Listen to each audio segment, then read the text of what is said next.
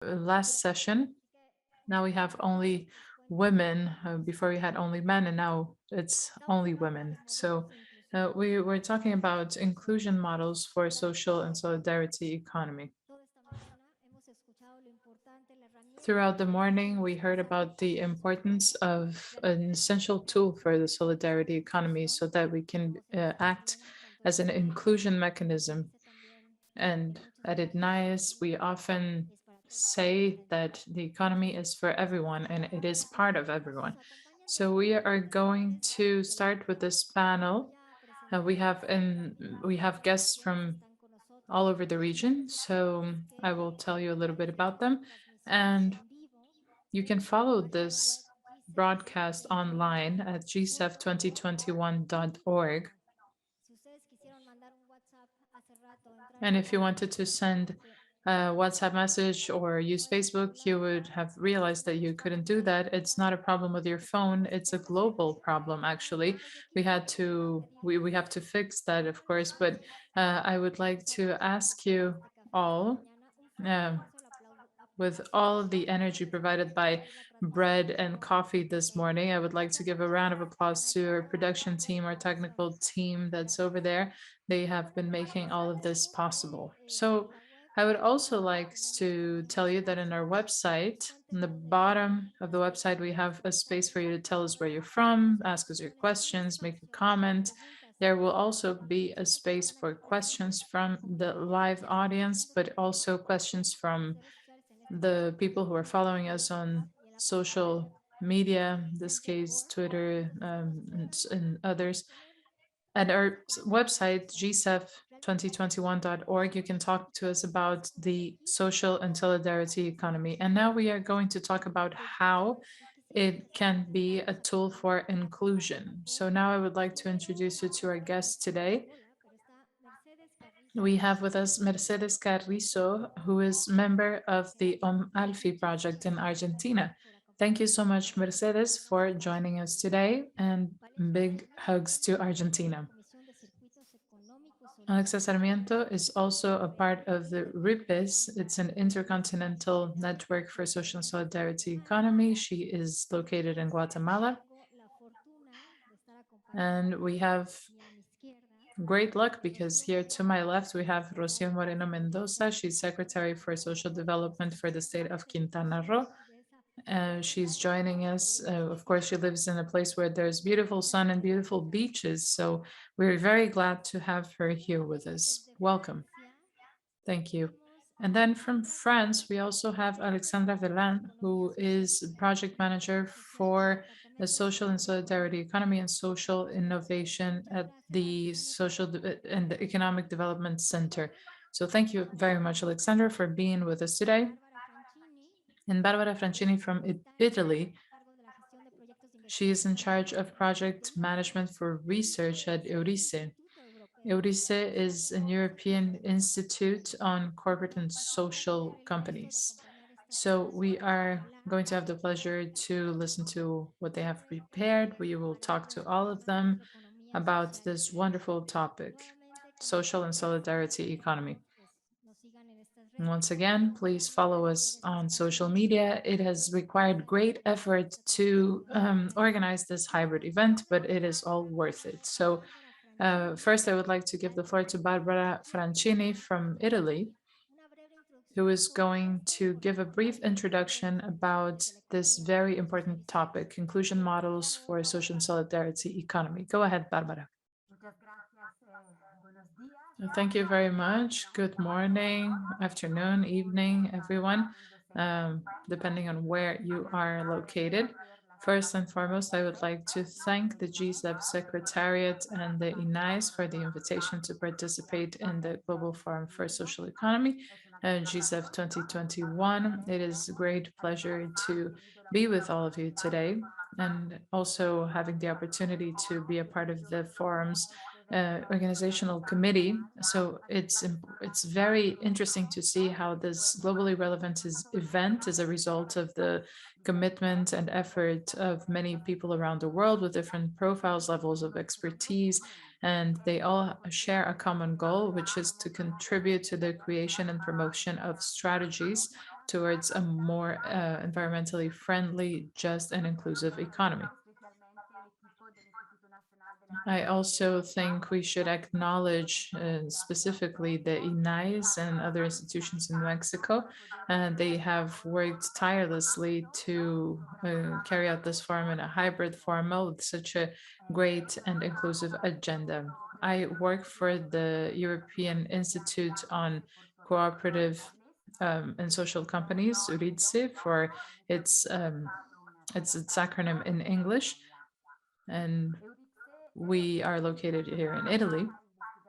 Eurydice carries out research with a multidisciplinary approach with the purpose of deepening understanding of several different models and organizations for social and solidarity economy, as well as its impact on the social and economic development at the local, national, and international levels.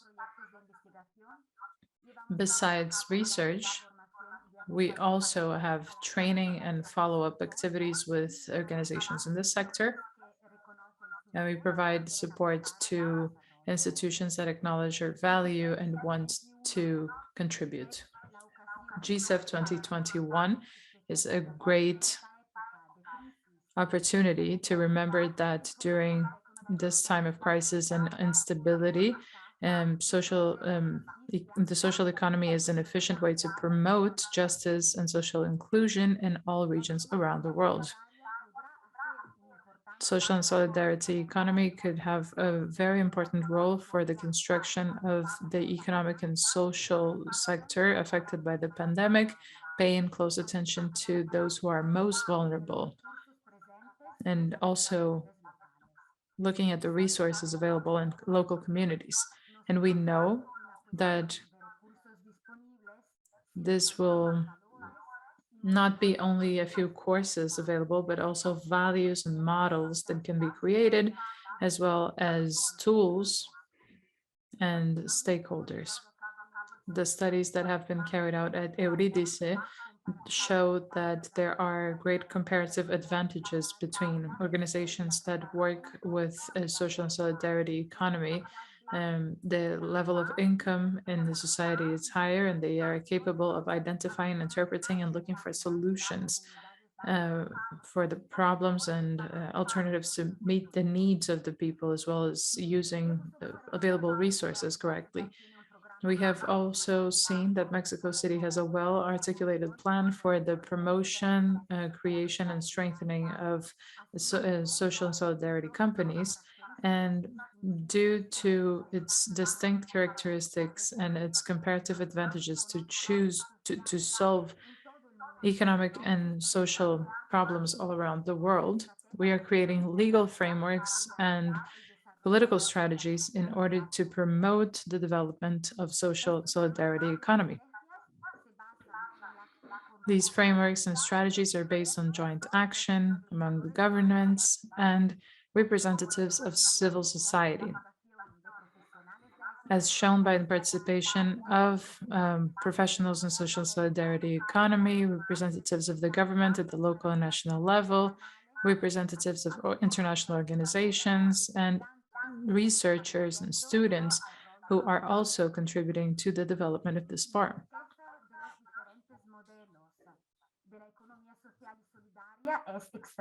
The richness of the SSE model is extraordinary, and it is acknowledged as the exchange of experiences in different models that allow for the generation of mutual knowledge and also the activation of strengthening process. Because while there are different models for different contexts, it's also true that all of them are based on shared values, which are also seeking common good. I hope that this session is very productive, and I will pay close attention to know about the new models for social and solidarity economy, for social inclusion in Argentina, Guatemala, Mexico, and France. Thank you very much. Thank you so much, Barbara. Greetings to Italy, and talking about greetings and vision for joint creation, let's reflect upon the importance of this for a moment. Being able to share, to see each other, to build together. The pandemic has taught us many things. It has been difficult, but it has also taught us the importance of consuming locally, looking around to analyze what we're doing, and realizing that together we can go further and we are able to create networks. And there's also this fantastic idea of being here face to face and seeing you in the eyes, looking at you in the eyes. So this is a very rich exchange of experiences. It's all about the dialogue, an enriching dialogue that will allow us to know what's happening in other places, and also talking about the local level, what's different about our experience with SSC.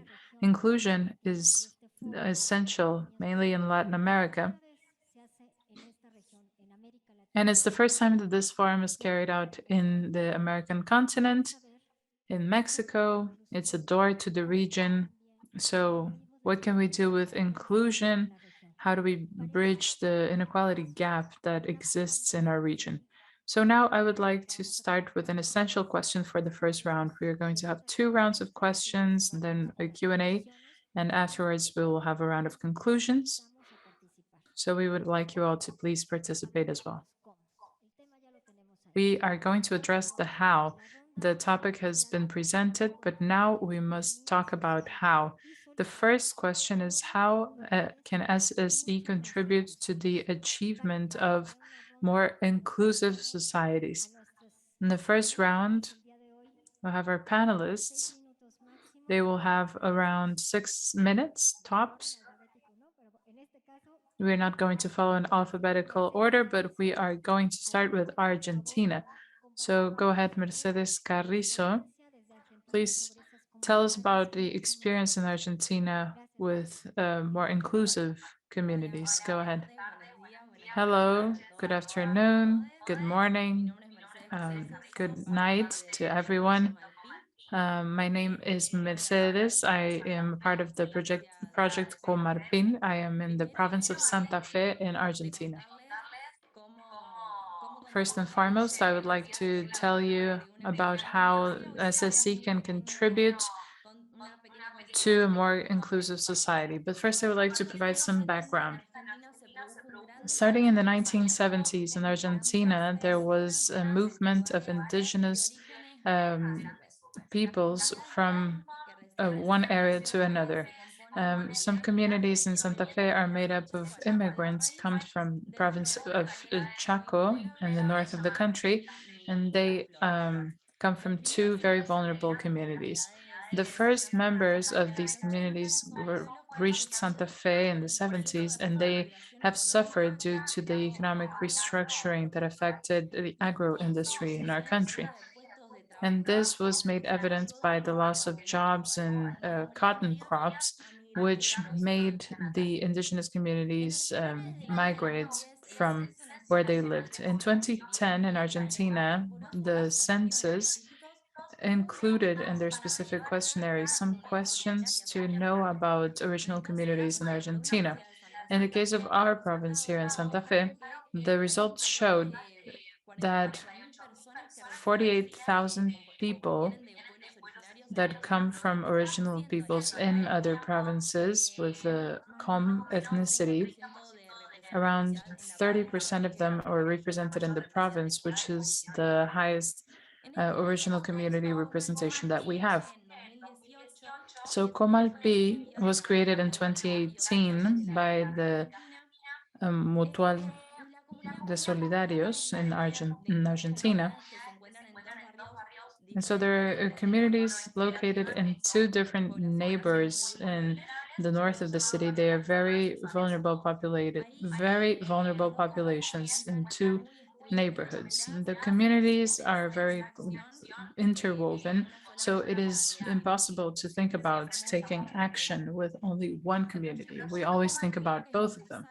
The Comalpi project looks to promote the creation of an artisan women's organization. Right now, it is made up of 80 women, and they empower themselves through the sale of their products.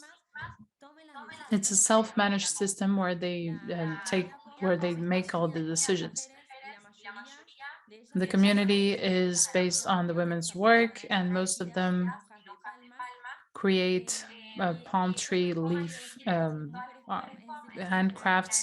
So Comalpi means all women community. So this is a women's community where they can defend their cultural identity and always value the ancestral knowledge and heritage of their families.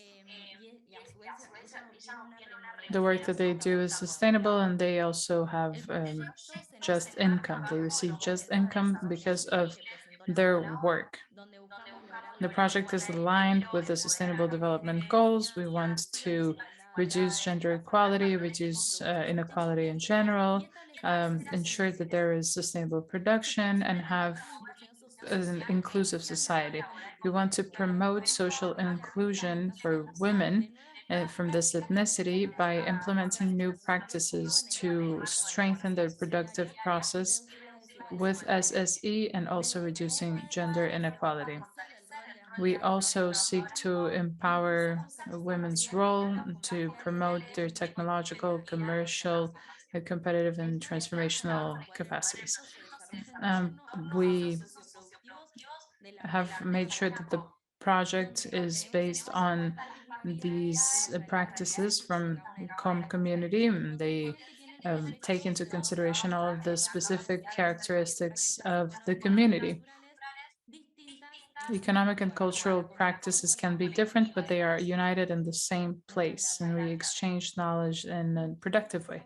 Thank you.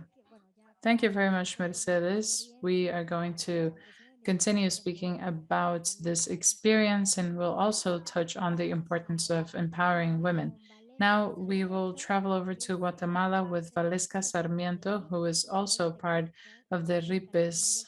It's an intercontinental network for Latin America in the Caribbean. Valesca has been working quite extensively in this area. So, what has been your experience so far? How do we create inclusion models? Good morning, good afternoon, good evening. For me, it's a great pleasure to share some of the work experience that we have had so far.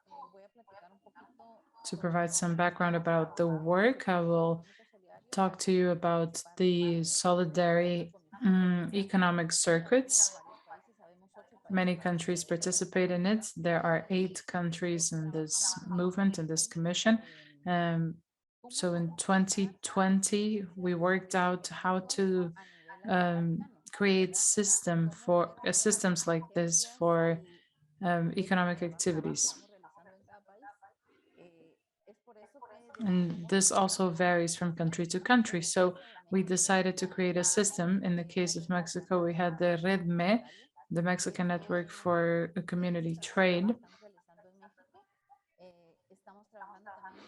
This is the work that we're doing in Mexico. In Guatemala, we have the Solidarity Economy Platform. We are working on solidarity economic circuits.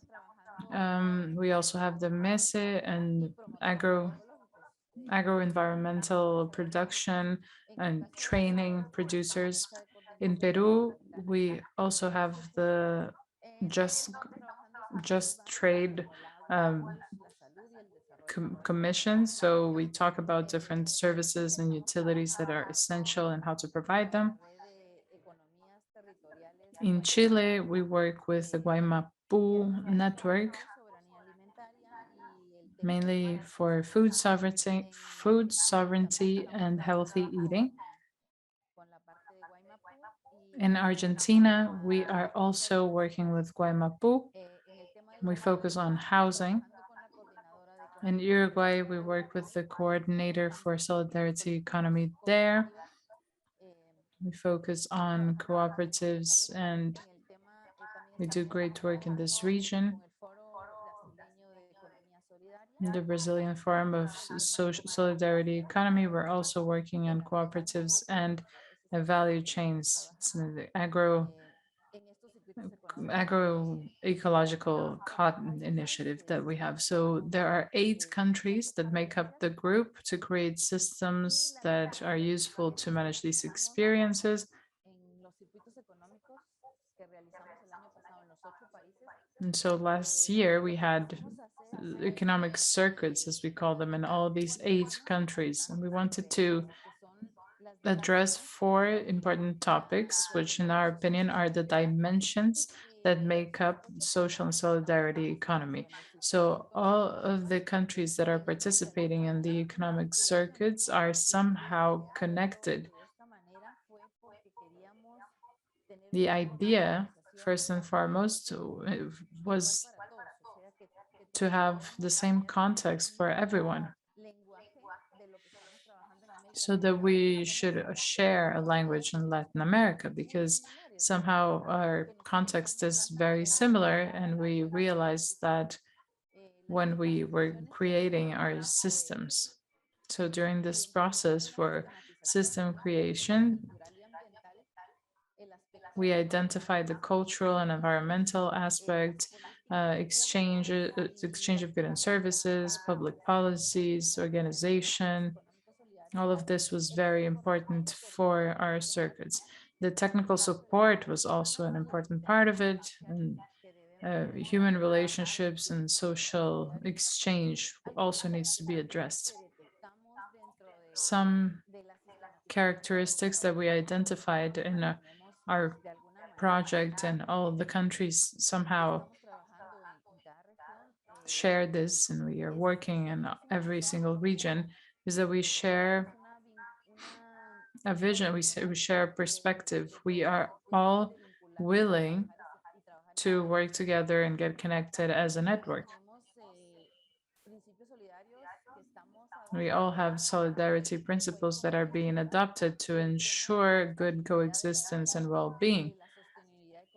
So life sustainability, economic and environmental sustainability, this is all extremely important. We see that the economic, political, cultural, and environmental flows are increasing, which means that there is now a new social fabric that will be able to guarantee the sustainability of life.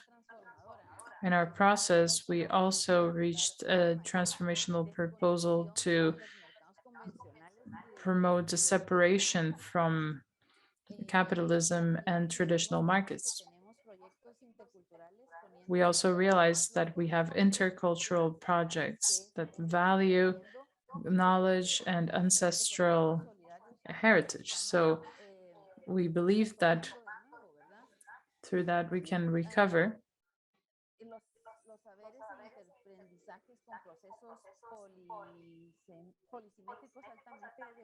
the knowledge is shared in a very democratic way.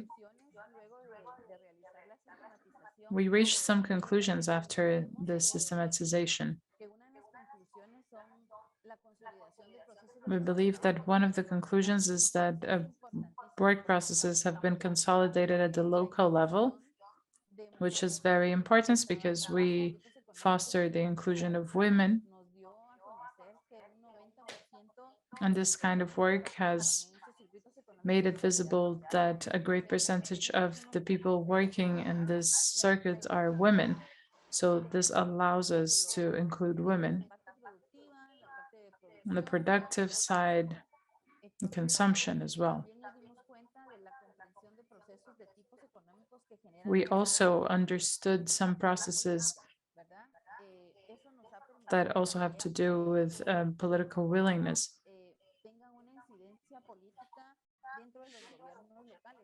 So this has allowed some groups to have political advocacy in the local level, which has been useful to include more spaces for social economy in our territories.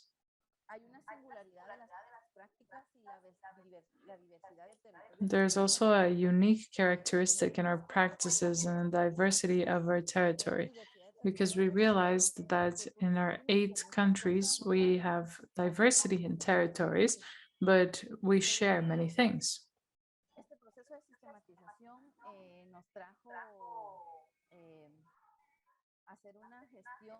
The systematization process has allowed us to resume many projects that we had thought about and to think about how to improve some of the processes that we're working in our territories. So the dynamics, the diversity, the very specific characteristics, ecosystems,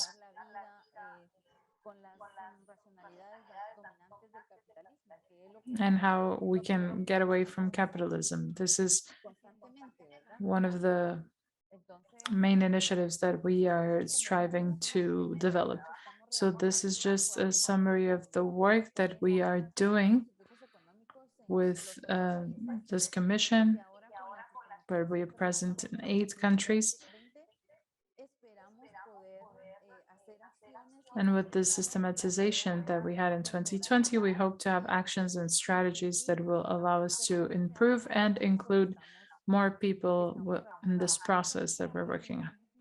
Okay, thank you very much, Valiska. It's very interesting to hear everything you have to say about the transformational power of the work that you do. And to continue with the local experience, as Valiska said, it's a great honor to have here the Secretary for Well-being from the state of Quintana Roo. So all the countries who are here as well. So, you know, Quintana Roo is a fantastic state to visit, but it's also one of the states that has more social projects. It's all part of the work that Secretary Rocio Romero does. I will now give the floor to you. Ms. Secretary, talk to us, please, about some of these projects. Thank you, Berenice. It's a great pleasure to greet you all. It's a great pleasure to be here. I am very grateful for the opportunity to be able to talk about this permaculture project, which is the precise answer to the question that you made. How does SSE contribute to inclusive communities? I would like to provide some background for people in other countries. The state of Quintana Roo is where Cancun and the Riviera Maya are located. So I know that every time I say Cancun, everybody thinks about beach, the sun, a party, vacations. And yes, this is the paradise, but there's also the other face of the coin. There's also another side that we need to work on, which is that there is a sector of the population that has been excluded from all of the benefits provided by tourism. And we believe that most of these people are women, women who live in rural communities. These are remote areas where economic activity is complicated, or people who live in neighborhoods, which we call irregular, that have grown in Cancun, Playa del Carmen, and Tulum because of the increase in population. I would like to point out that in these areas, 70% of people living there in these neighborhoods come from other states in the country, or they come from other countries, and they do not have access to services because they are caretakers, or if they are housewives, or they have to take care of their children, or maybe they have a disability or they are sick, they do not have access to the labor market, even if there are job opportunities in the state. So that's why the Permacultura project was created. It is a comprehensive model where we just took a garden as a justification, let's say, in order to come into the lives of these women and their families and their communities. So basically, what we do is to help them create organic processes for organic production of crops in these backyard gardens. And there is a series of training on several different practices. So starting with landscape design, because one thing is to live in poverty, for example, and another very different thing is to live among trash. So we promote a healthy environment, a better relationship with nature. We talk about educational, cultural, health issues, empowerment, and culture for example, savings, financial health, um, and community in general. So we end the series of training with the creation of a cooperative, which allows us to regenerate society. So cooperatives can be created to transform the community. And we also have cooperatives for credit and loan granting. This allows them to have an opportunity. Why do we do this? Because the program is based on SSE principles, the first of which is democracy. So we do not decide who takes part. As government, we do not do that. We created this program and we work through productive organizations, civil society organizations, and also through religious organizations. So with them, we go to the communities, and it is the communities that decide who wants to participate in the program. They know who needs it the most and who fulfills the requirements to do so. Um, we have also created many support networks. And besides the pandemic, we had two hurricanes coming through. So not one was probably not enough. So we had two. We have 1,000 participants in this area. So all of them lost their gardens. 97% of their crops was damaged and ravaged by the hurricane. And the ones that were recovered were 100%. All of them helped by creating groups of 10 people, and all of them helped recover or retrieve these crops. And we also have a very good local development component. They decide on the training that they want to take. We provide all of the possibilities, but we don't decide for them, because even if it's Quintana Roo, it's not the same to work in the Mayan area or in the south of the state where the capital is, or in the tourist areas. So they decide and they have the power to do that. And finally, there is sustainability. They have a new relationship with Earth. In Quintana Roo, there is actually not a lot of soil. In fact, instead, we have stones. If you dig a little, you will only come across stone. They have had to create their own soil as well to have the crops. So this has led to great inclusion, community work, and the creation of social fabric and productive chains.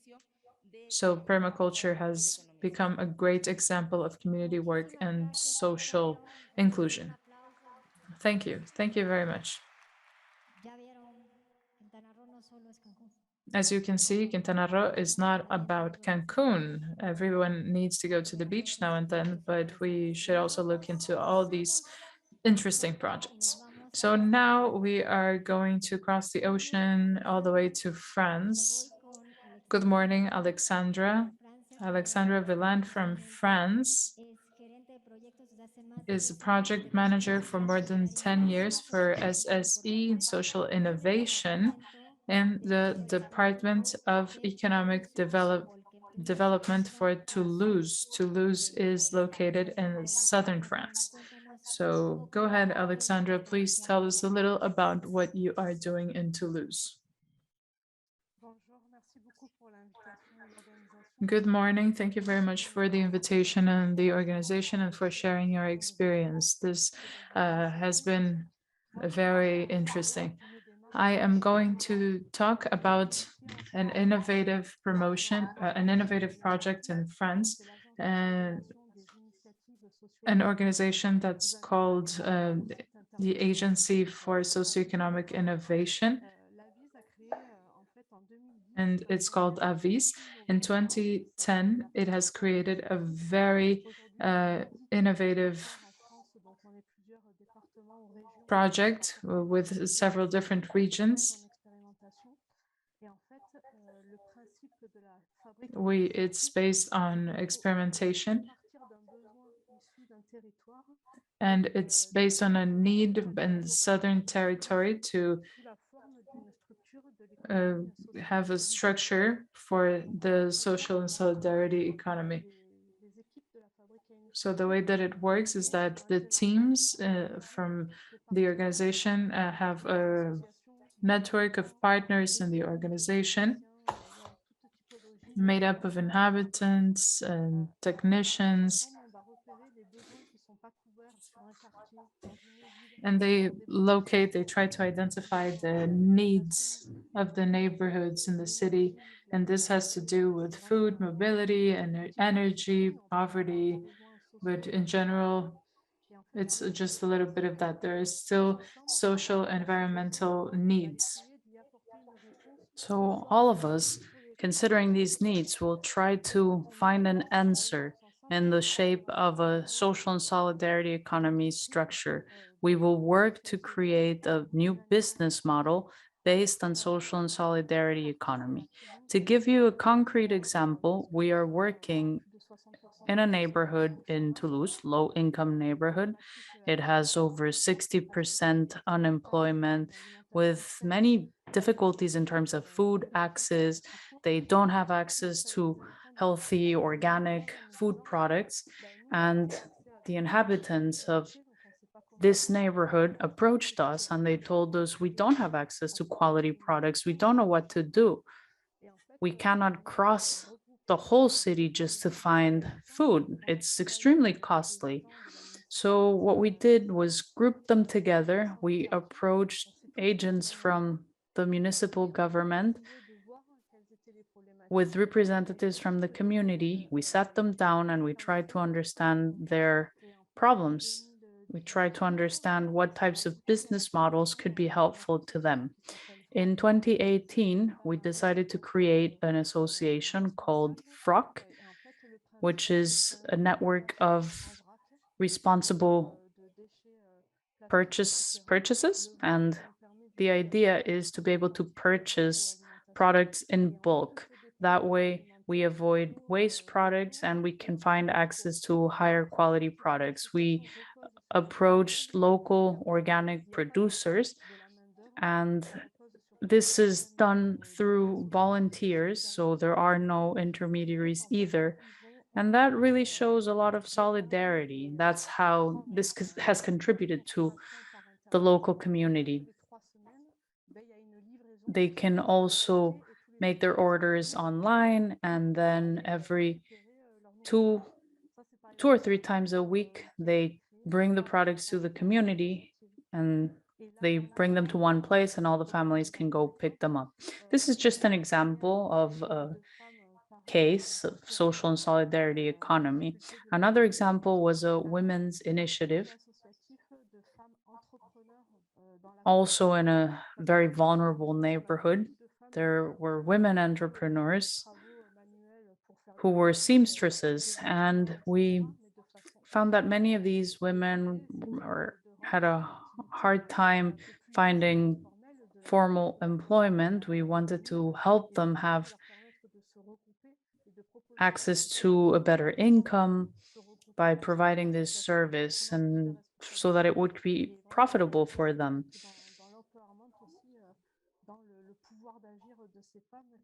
We help them to grow stronger, to be able to approach potential customers. And they also use the social and solidarity economy model. These are two examples of the project we have been working on in France. Thank you. Thank you very much, Alexandra. And well, you heard her. I really love the idea of establishing support networks. I think that's very important. We have especially seen that in the last 2 years, I would say. We are all familiar with the Sustainable Development Goals, and we have all heard the phrase that no one should be left behind. We have a guiding question for this session, but when we talk about the importance of common good, of working with migrants, of working in urban gardens, this whole picture of social and solidarity economy is very powerful. It has a transformative effect without a doubt. So the question is, what can we all do as individuals? Because I don't think anyone here, and you can correct me if I'm wrong, but I don't think anyone disagrees with building a fairer world. Does anyone disagree with that? Does anyone not want that? Does anyone not want to take care of our planet? We have just the one planet. Are we really taking care of it? And I think it all starts with asking ourselves the question of what am I doing? These examples really help to learn about the struggles and potential solutions of many different groups. And I think they're very interesting examples. The second question is, I think, also social media worthy. But what do you think are the main strategies or specific actions that governments, local and national governments, what do you think groups, countries should do in order to build a better world, in order to have a more inclusive world? What key actions should be taken and promoted locally? This is a guiding question for the 5 days of our forum. So I'd like to invite everyone to answer this question online on our social media. So now I want to bring this question back to our panelists. How can we make the world a better place using social and solidarity economy? First, Mercedes Carrizo. We believe that social and solidarity economy models should promote sustainable employment, the respect of cultural diversity, gender equality, and to promote quality of life instead of capital. I think local organization is important at the community level in order for there to be social learning. And then that social learning can be shared, transferred to other parts of the country and the world. This will help make the work of groups, women's groups, for instance, visible to others. And then they will have access to fairs, to programs with national importance. Because as they start working on these projects, they develop expertise which can also be shared later on. It can be transferred to other groups that have difficulty finding employment because they have very little access to opportunities, to resources, and have very few chances to find income generating activities. We need to think about designing public policy that's cross cutting, that can be applied in every aspect of society. We need to fight against inequality. Some specific demands that we saw in our project were the difficulties of adapting to social productive practices that are not market based, and to strengthen institutions using the logic of social and solidarity economy by building and then strengthening networks with other organizations in the region. We also face some challenges because of market-based economy that demands higher production, which makes it very difficult for women since they have other roles to play. So it's difficult to meet the demands. A lot of the work that women do is informal often. And so the point is that the market logic needs to be broken so that women can have access to equality. Thank you. Thank you very much, Mercedes. Same question, but now Valeshka, please. Thank you. I have several ideas that I'd like to share.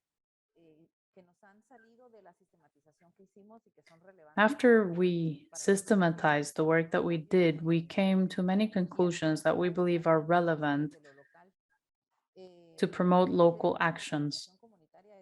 I think community-based organization is very important.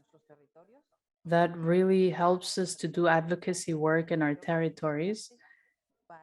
Entrepreneurship is also important, but promoting cooperativism instead of individualism. There's no room for individualism in social and solidarity economy. It's all about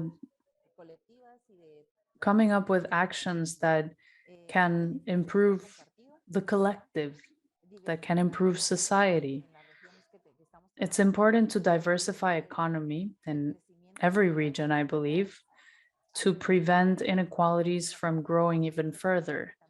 Finances also need to be sustainable. So I think we need a financing system based on solidarity.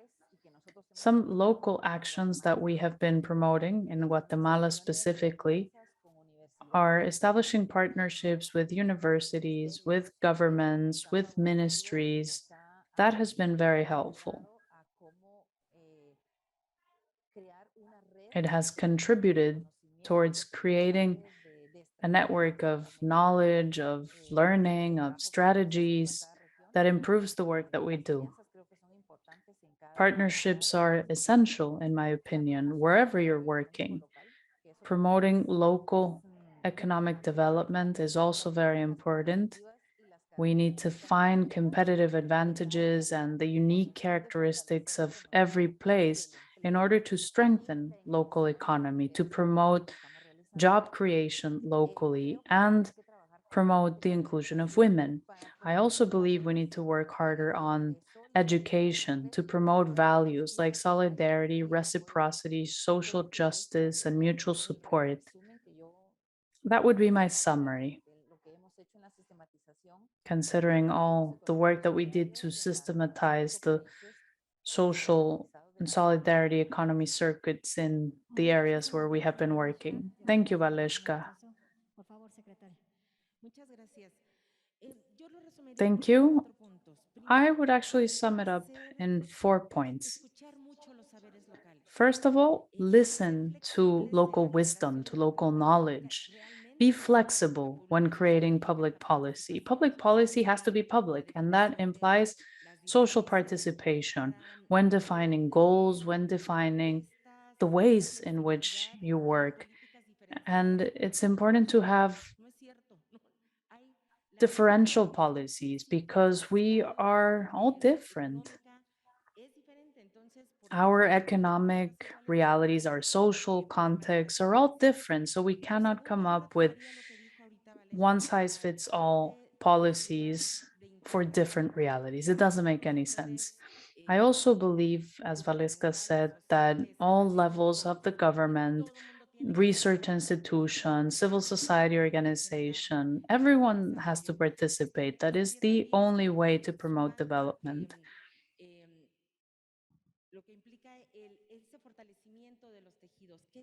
That is what will help us to strengthen the social fabric as well. And we need to listen to feedback because when something is not working, you need to be able to go back and find a different way. I don't know if this happens in other countries, but this happens in Mexico that you start walking down a path, and even when you realize it's not working, it's very difficult to retrace your steps and shift direction. So I think that's also important. I would also add the importance of capacity building. That's what will promote sustainability. No one should depend on others. When you come to implement a new strategy, locally, they need to be sustainable. Thank you very much. And now we are traveling back to France. Alexandra?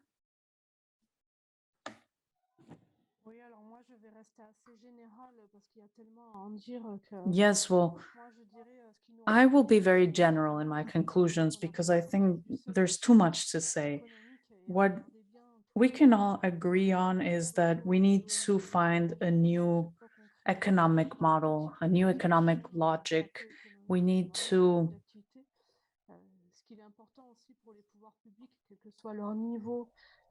have goals that promote what society really needs instead of having very short term goals. I think goals need to be set for a longer term because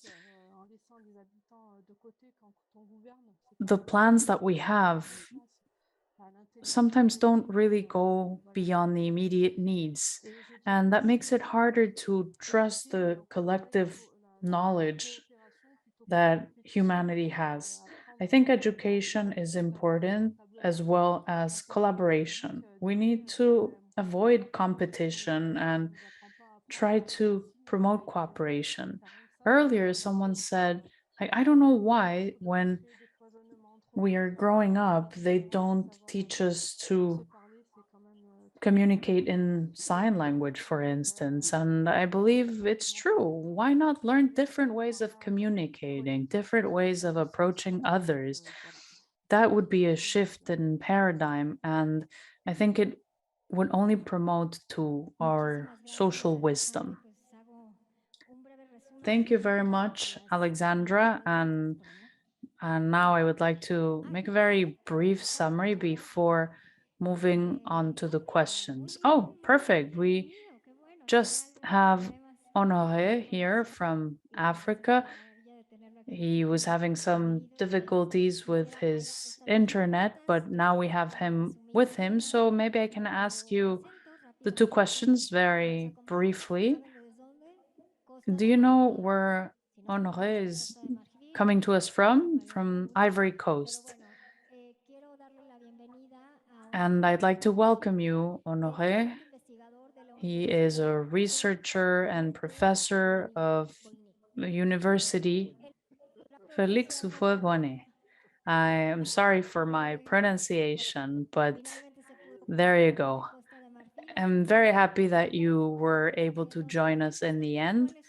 Please share with us what are some specific actions that you think could be taken in order to have better business models based on social and solidarity economy.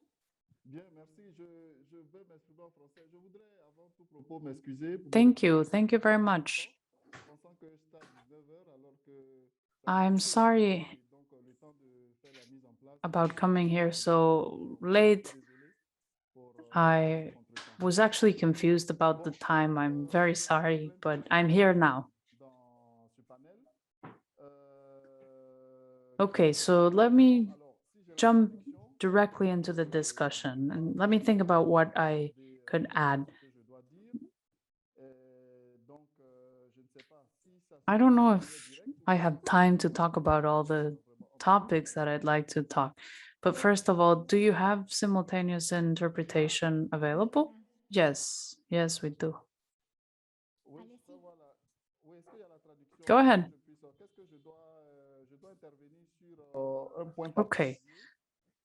So I'd like to touch on a very specific subject, but I don't know if I should really go into the specifics of models that we have in Ivory Coast or if I should have a more general approach. In Ivory Coast, we follow a model based on social and solidarity economy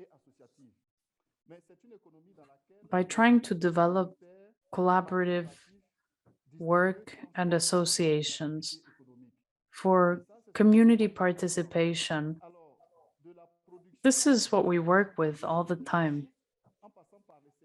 From production to distribution of goods and services. And the idea is that collaboration is at the heart of every single economic activity. We believe in the value of collective work. Credits are given to collective initiatives, and that has helped to develop social and solidarity economy in Ivory Coast, to try to break away from the capitalist model of the past.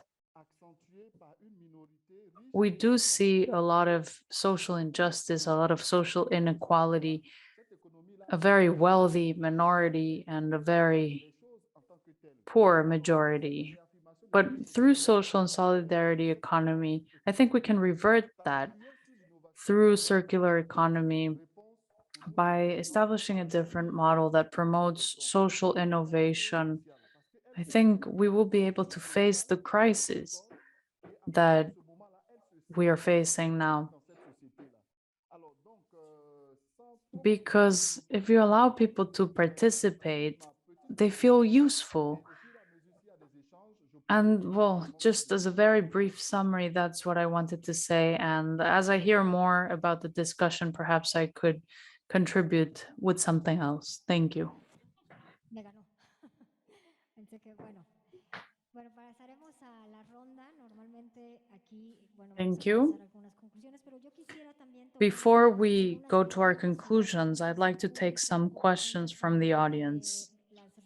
de la página web, es decir, de las redes I don't know if there sociales, are donde questions coming veo also dos manos levantadas. No sé si from our alguien de la website. I do see computadora two people raising their hands here, Muchas so gracias. could you help me Tienen bring the el favor de microphone to pasar them, Paola, las Fer? preguntas There are hacia two acá. people right over there, Entonces, almost in para the todos back los of que the están room. escuchando desde todas So las regiones del for mundo, those of you who are estamos listening tomando to algunas us through our preguntas streaming, we aquí. will be taking some Tenemos al questions from Museo the José Luis audience Cuevas, que nos from recibe the con Jose mucho Luis gusto. Entonces, Cuevas por favor, adelante Museum. con su pregunta. Sean breves, por favor, y al final Please try to be respondemos. brief in your questions. Thank you. Regarding all the models for education, research, and so on, I have a question about the term, which is research for solidarity economy. We talked about systematization, about solidarity economy, but not about knowledge building in the structures of SSE itself. So it is said that organizations need to be smart. They need to learn from their experiences and turn them into working tools. But learning from this experience as collective ability, and this is something that is not greatly developed in our organization. My name is Felix Cadena from the Latin America Foundation for Social Solidarity Economy. Sorry, the sound was interfered for a little bit, but now there are sound interferences. I'm sorry. So we need to have knowledge and manage this knowledge. The question would be, what kind of models do you know that would allow us to learn from experience and continue with this development? Que está aquí al final también. Adelante, por favor. Okay, I'm going to take the other question and then we'll see which of the panelists would like to answer them. Go ahead. Thank you. Good afternoon. Well, first I would like to congratulate the Secretary. I know your work and it has been very motivating. And to the other countries during the pandemic, how have you faced the problem of lack of connectivity to be able to connect and not only being able to work in the local sphere, but also in the international sphere? We need to make use of all of these tools that are not available in the rural areas, for example. How do you manage those problems and how do you include all the society, all the communities that do not have access to the internet? There is another question right here. Good afternoon. I will take these three questions and then we'll have answers and conclusions. Well, it's actually not a question, it's a comment as well. We go back to the same topic. We're talking about solidarity economy. And this also means that there is a legal problem. There is a lack of respect for human rights of all of the people that are present. So I think that as long as human rights are not respected in all of the countries, well, we will still have social injustice and the world will not be fair for anyone. So that is the reality. We cannot say that we will be able to transform the world while the laws are not fully respected. Okay, I am going to turn that comment into question. So how do we help with the legislation to create a fairer world? So these are three questions, and if you agree, I am going to start with our Ivory Coast guest, Honoré, is going to be the first to answer, and then I will continue with the round of answers. So try to sum it up in a minute to make your comments to these questions. Go ahead, Honoré.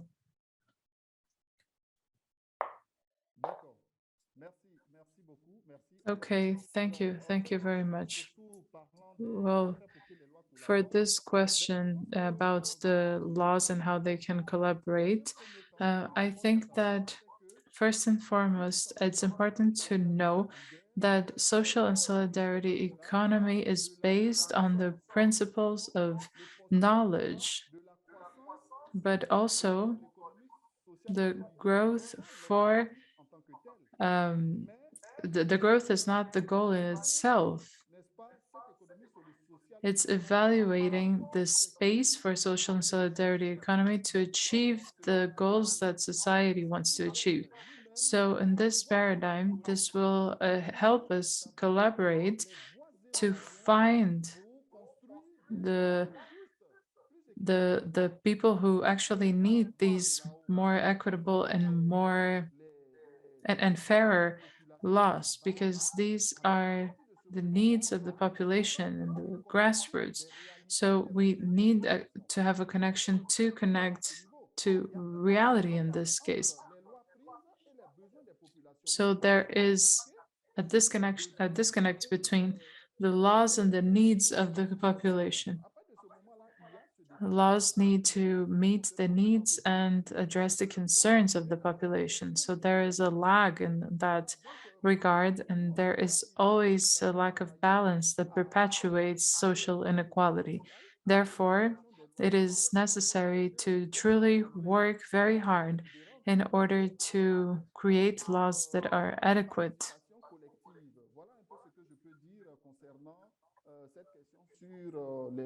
What's important is not really to speak at an assembly, but actually collectively participating. That's what I would like to say. Thank you. Nos vamos, Mercedes, adelante, por favor. Thank you. Go ahead, Mercedes. Take the floor, please. Bueno, en torno a la pregunta Well, regarding regarding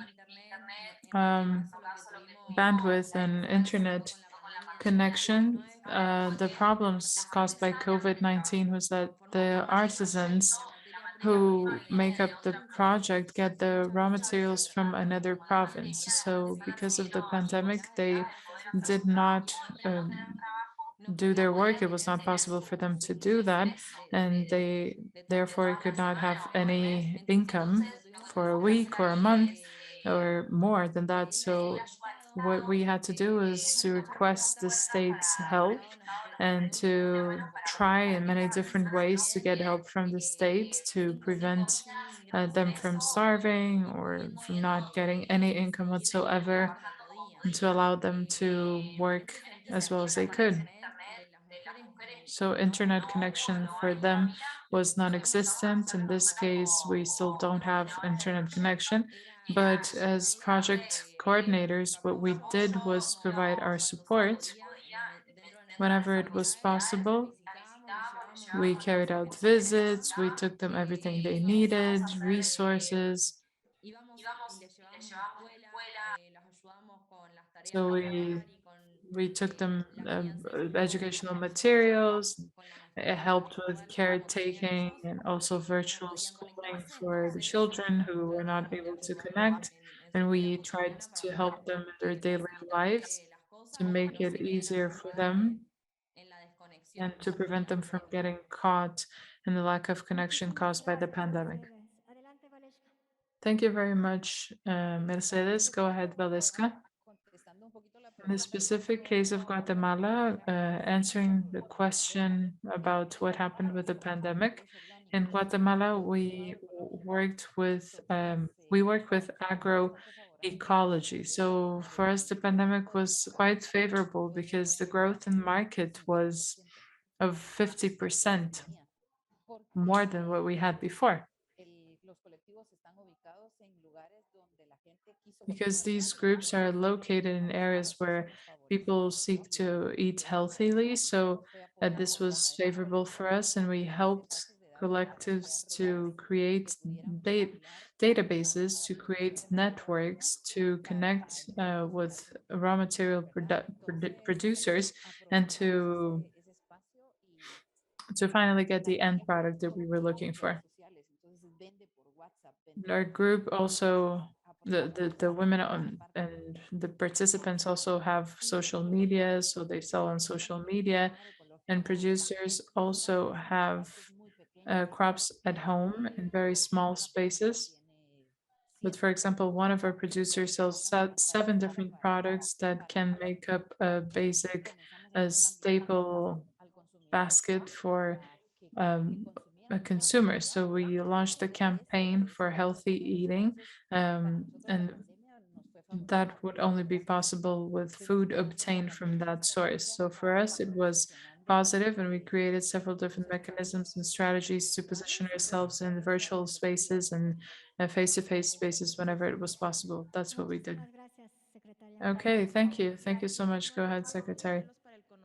Okay, regarding knowledge models, the model that we have requires partnerships with several different sectors. So academic institutions, productive institutions, we don't do that because we don't have all the expertise. We have a partnership with the agroecology school in Yucatan, which is helping us train the experts, the technical experts, and also increases the level of knowledge. We also work with the cooperatives, and we don't leave them alone. We just provide follow-up and allow them to obtain all the necessary knowledge, and also can understand how everything works. And thank you, Tere.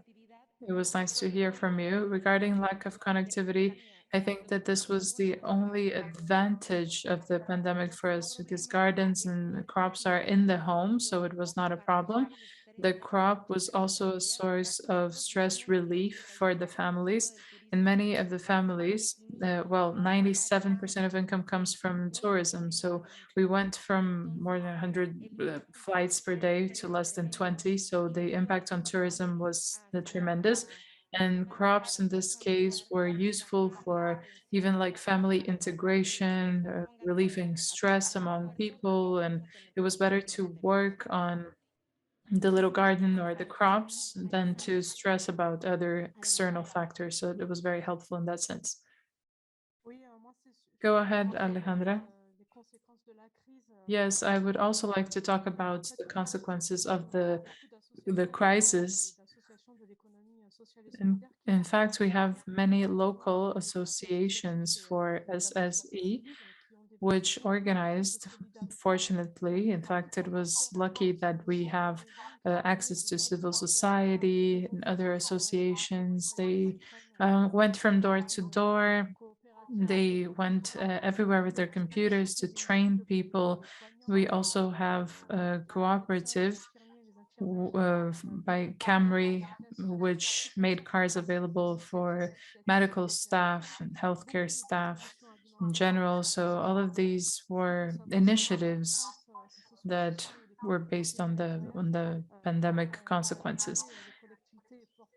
What's also important to remember is that in the metropolitan territories in France, there were many programs in place where the plan was to fight against poverty. So there were many associations that received additional subsidies.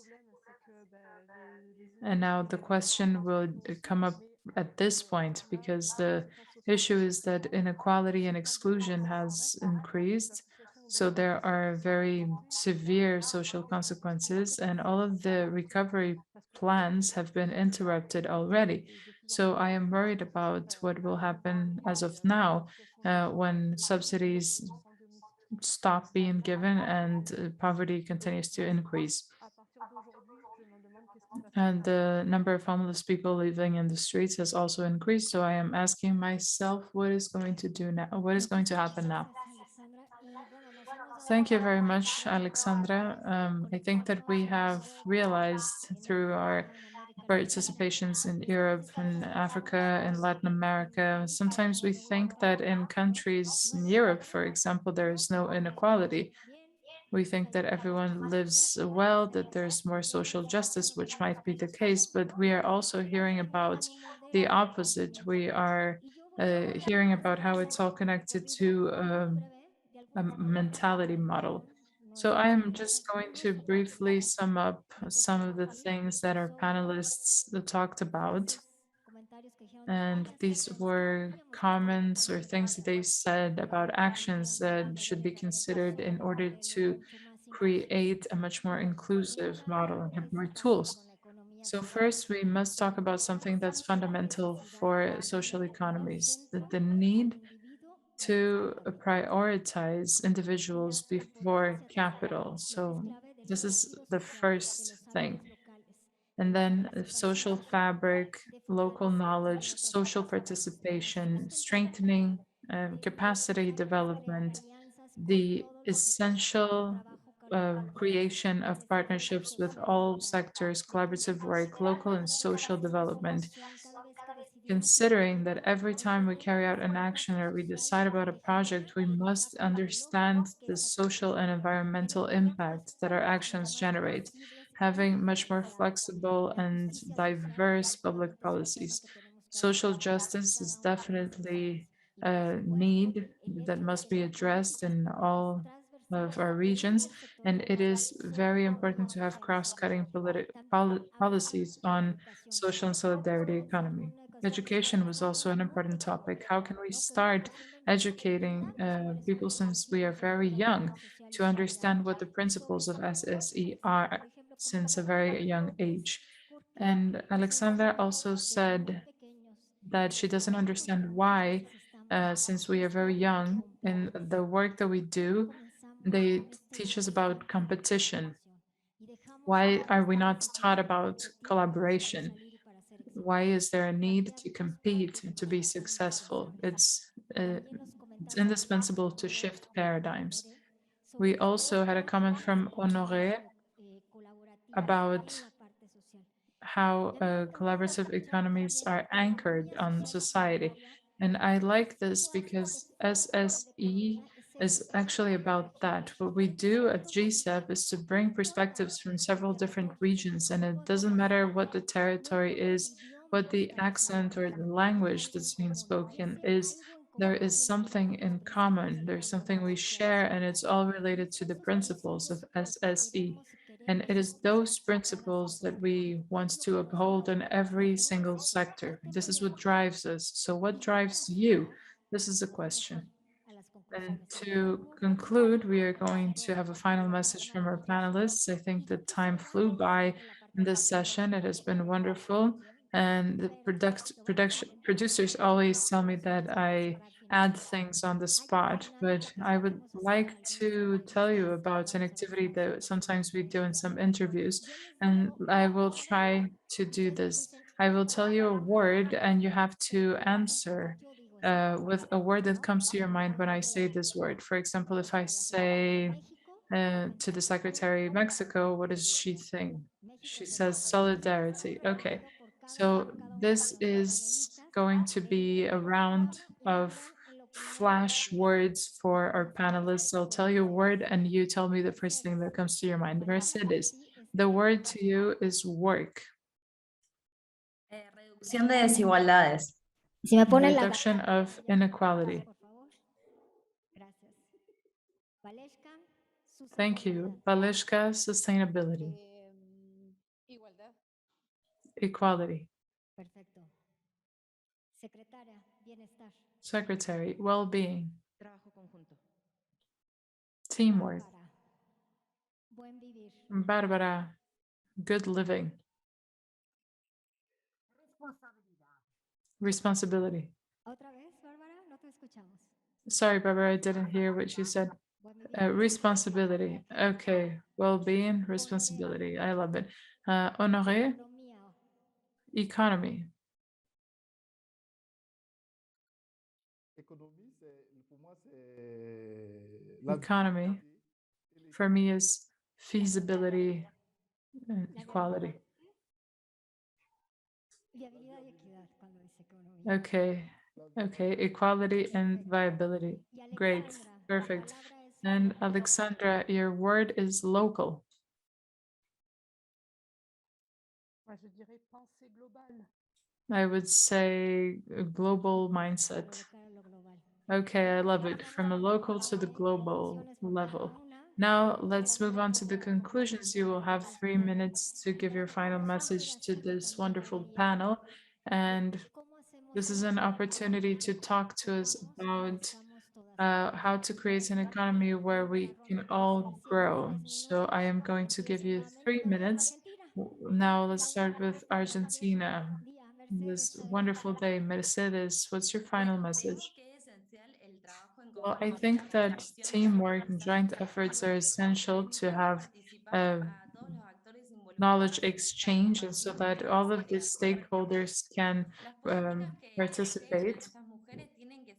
The policies for these women need to be intersectorial. So we need to have visibility of the situations through which they are going in the original communities.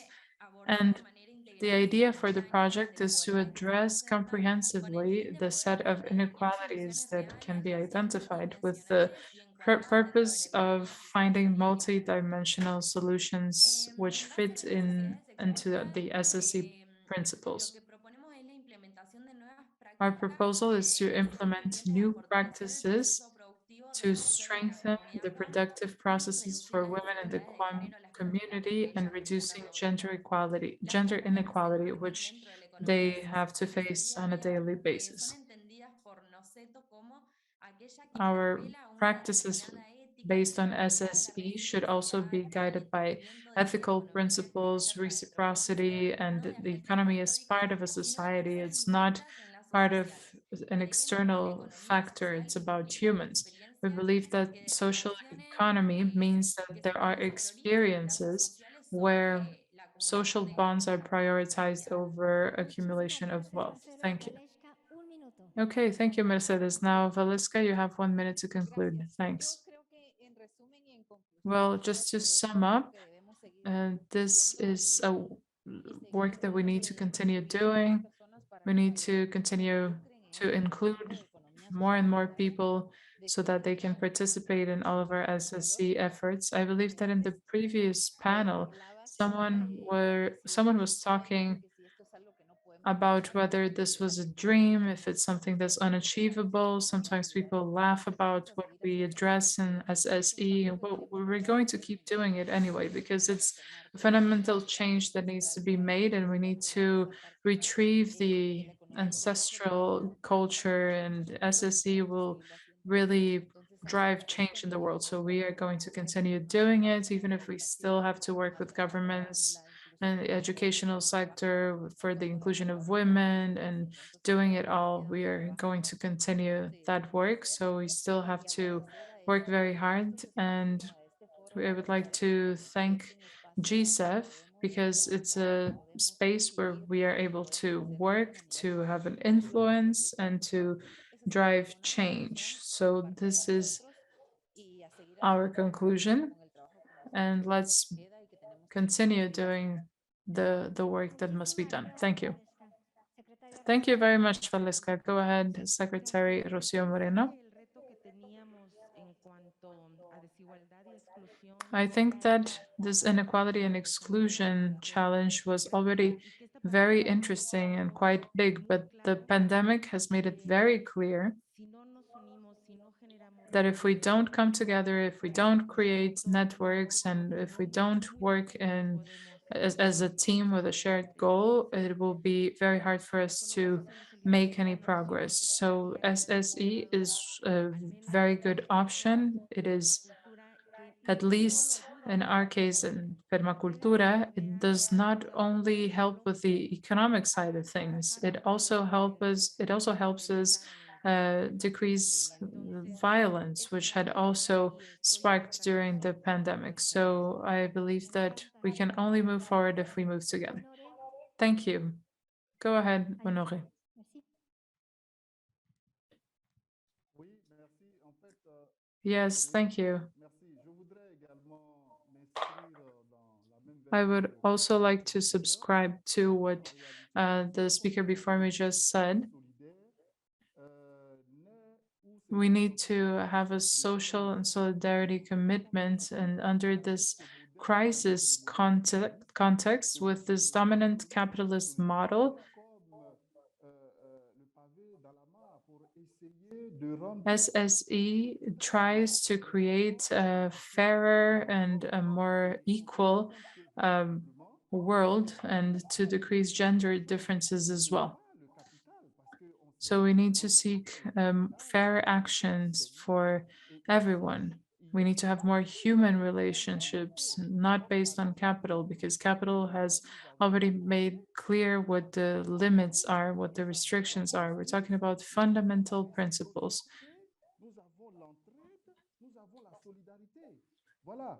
Et c'est ce que l'économie Well, solidarity nous demande de is extremely important. pour les gouvernements locaux. And so it's important for the local governments, together with the governmental organizations and associations, to work together to promote SSE, mainly in the southern countries where the economies are not given support on behalf of the institutions. The institutions need to truly accompany and really follow up on individual and collective initiatives to promote SSE. I think that together we can find sustainable solutions to the local problems that we are going through, and of course, we can also find global solutions to local problems. Thank you, and this is what I could say about SSE in general. Merci beaucoup. Alexandra, allez-y. Merci. Thank you very much, Alexandra. I would like to say that it's important to have a systematic vision. We just spoke about this, and I would like to retrieve the permaculture concept. We must remember that we are part of an ecosystem and that our behavior, our actions always have an impact. Of course, we need to act individually, but think collectively, go from local to global. So talk about the best practices, but of course, change starts within ourselves.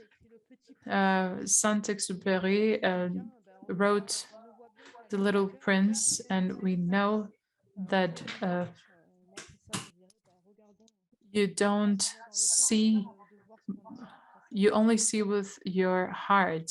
What is essential is invisible to the eye. So you need to turn to your hearts before turning to what you can see. Okay, so thank you for what you just said, Alexandra. The pandemic, and the secretary said a moment ago, it is important to collaborate. The pandemic has shown us that we live in the same planet, we step on the same ground, and we often forget that. But individual actions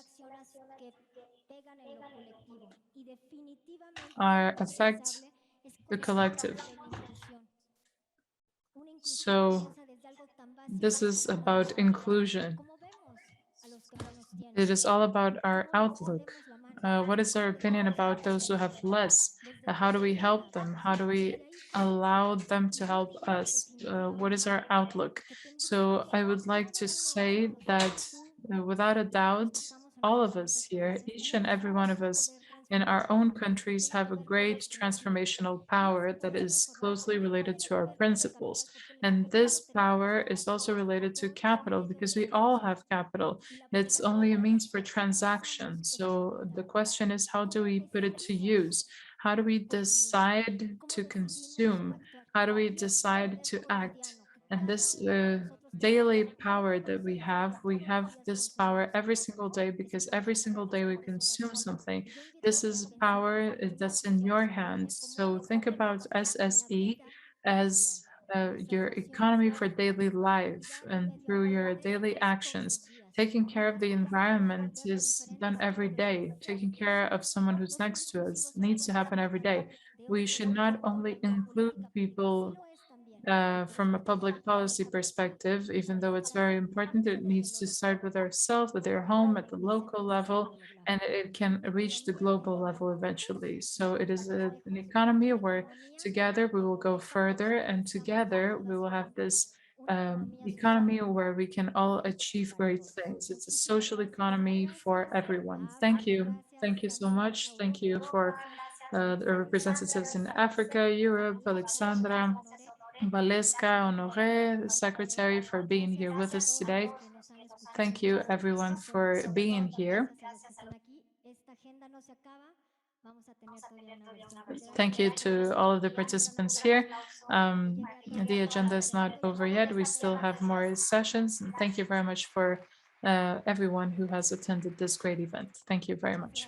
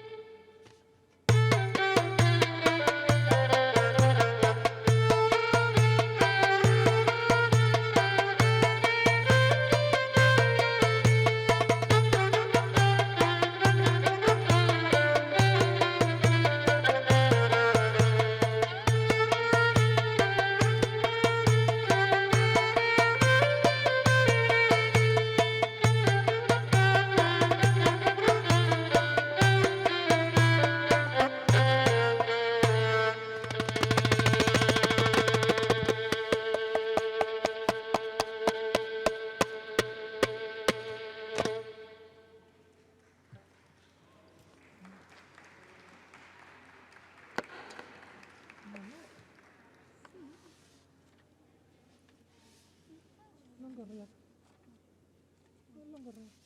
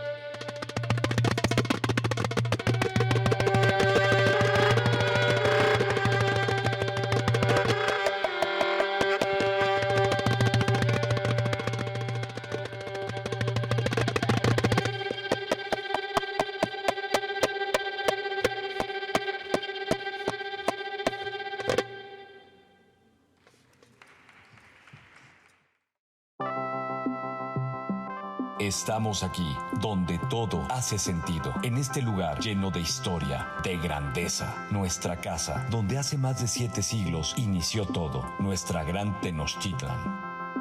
Este es nuestro sitio, donde honramos nuestro pasado, vivimos el presente y soñamos el futuro. Lugar donde habitan guerreros y guerreras que históricamente han luchado batallas juntos, solitariamente.